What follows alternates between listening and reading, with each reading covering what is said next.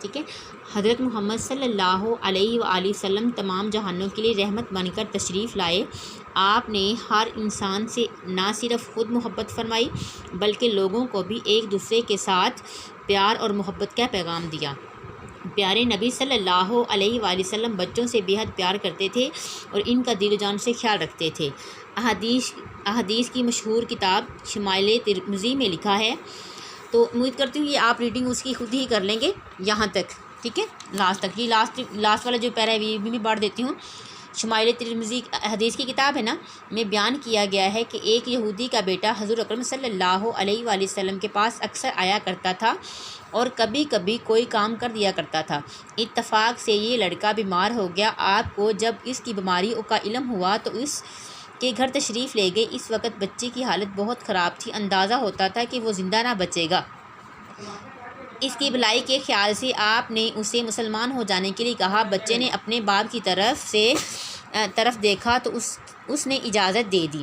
بچہ کلمہ پڑھ کر مسلمان ہو گیا. آپ بہت خوش ہوئے اور فرمایا سب تعریفیں اللہ ہی کے لیے ہیں جس نے میری وجہ سے اسے دوزخ کی عذاب سے بچا لیا.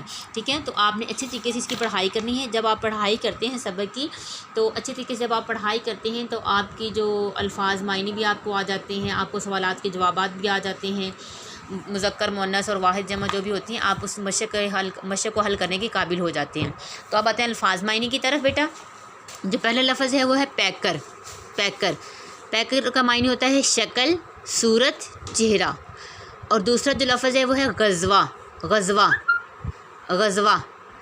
غزوہ کے معنی ہے مسلمانوں کی کفار سے جنگ جس میں نبی صلی اللہ علیہ وآلہ وسلم نے شرکت کی ہو.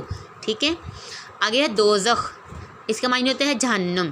ٹھیک ہے, آگے ہے سوالات. شمائل ترمذی کس چیز کی کتاب ہے؟ یہ ہم نے ابھی پڑھا ہے. شمائل ترمذی احادیث کی کتاب ہے. ٹھیک ہے, آگے والا جو سوال ہے, آپ صلی اللہ علیہ وآلہ وسلم بچوں سے پیار کا اظہار کس طرح فرماتے؟ آپ صلی اللہ علیہ وآلہ وسلم بچوں کو گود میں لے لیتے, سر پر ہاتھ پھیرتے, کبھی سینے پر لٹا لیتے, راہ چلتے بچوں کو سلام کرتے اور انہیں چومتے. ٹھیک ہے, انہیں گود میں اٹھا لیتے اور انہیں چومتے. اور یہ بھی ہے کہ جب آپ سب سے پہلے جو پھل آتا سب سے پہلے آپ بچوں میں تقسیم کرتے. ٹھیک ہے, میرے نبی کی بہت زیادہ پیاری اچھی باتیں ہیں اور ہمیں بھی آپ صلی اللہ علیہ وآلہ وسلم کی باتوں پر عمل کرنا چاہیے. آگے دیکھیں, آگے والا سوال ہے, آپ صلی اللہ علیہ وآلہ وسلم نے, یہاں پہ صلی اللہ علیہ وآلہ وسلم نہیں لکھا میم نے, تو یہ آپ نے نہیں بھولنا. آپ صلی اللہ علیہ وآلہ وسلم نے سجدہ لمبا کیوں کر دیا؟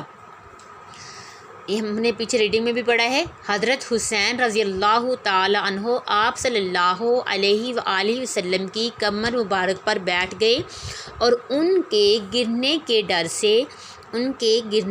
ڈر سے سجدہ لمبا کر دیا. آپ نے سجدہ لمبا کر دیا. ٹھیک ہے بیٹا, آگے دیکھیں, یہاں آپ نے آئے گا, آپ نے. ٹھیک ہے, آگے والا جو سوال ہے, حضرت انس کون تھے؟ حضرت انس بن مالک رضی اللہ تعالی عنہ آپ صلی اللہ علیہ وآلہ وسلم کے خاص خادم تھے. آگے والا جو سوال ہے, حضرت انس رضی اللہ تعالی عنہ نے پیارے نبی صلی اللہ علیہ وآلہ وسلم کے بارے میں کیا ارشاد فرمایا؟ حضرت انس فرماتے ہیں کہ آپ نے نہ کبھی مجھے ڈانٹا کیونکہ یہ آپ کے خادم تھے نا, اور 10 برس آپ صلی اللہ علیہ وآلہ وسلم کی خدمت میں معمور رہے ہیں.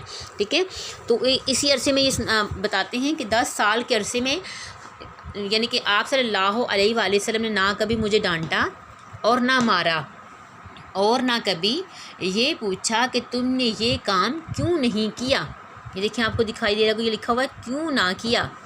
ٹھیک ہے, آگے جو لاسٹ والا سوال ہے, یہودی لڑکے کے واقعے سے آپ نے کیا بات سمجھی؟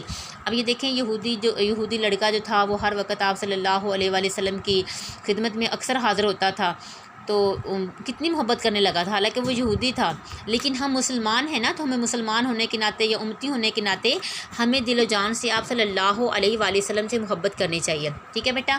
آپ صلی اللہ علیہ وآلہ وسلم ہمارے آخری نبی ہیں، اور یہ ہمیں اس بات کا ہمیں علم ہونا چاہیے کہ میرے نبی کے بعد کوئی نبی نہیں آئے گا، اور اللہ تعالیٰ نے نبوت کا سلسلہ ہے وہ جو ہمارے نبی صلی اللہ علیہ وآلہ وسلم پر ختم کر دیا ہے، اور ہم سب پہ اس بات پہ عقیدہ ہے، جیسے کہ ہم نبی کو نبی مانتے ہیں نا، ایسے ہی ہمیں نبی کو آخری نبی بھی ماننا چاہیے تاکہ ہمارا ایمان مکمل ہو۔ بیٹا آج کا یہ تھا ہمارا سبق، امید کرتی ہوں کہ آپ اچھی طریقے سے گھر میں بیٹھ کے اپنی سبق کی پڑھائی کر رہے ہوں گے، اور اپنے والدین کو تنگ نہیں کرنا بیٹا، اپنے والدین کو اور اپنے بہن بھائیوں کا خیال رکھنا ہے، اور کوشش کریں کہ رمضان کا مہینہ ہے، زیادہ سے زیادہ عبادت کریں، زیادہ سے زیادہ صدقہ و خیرات دیں، اور بیٹا گھر میں رہیں اور محفوظ رہیں۔ اللہ حافظ۔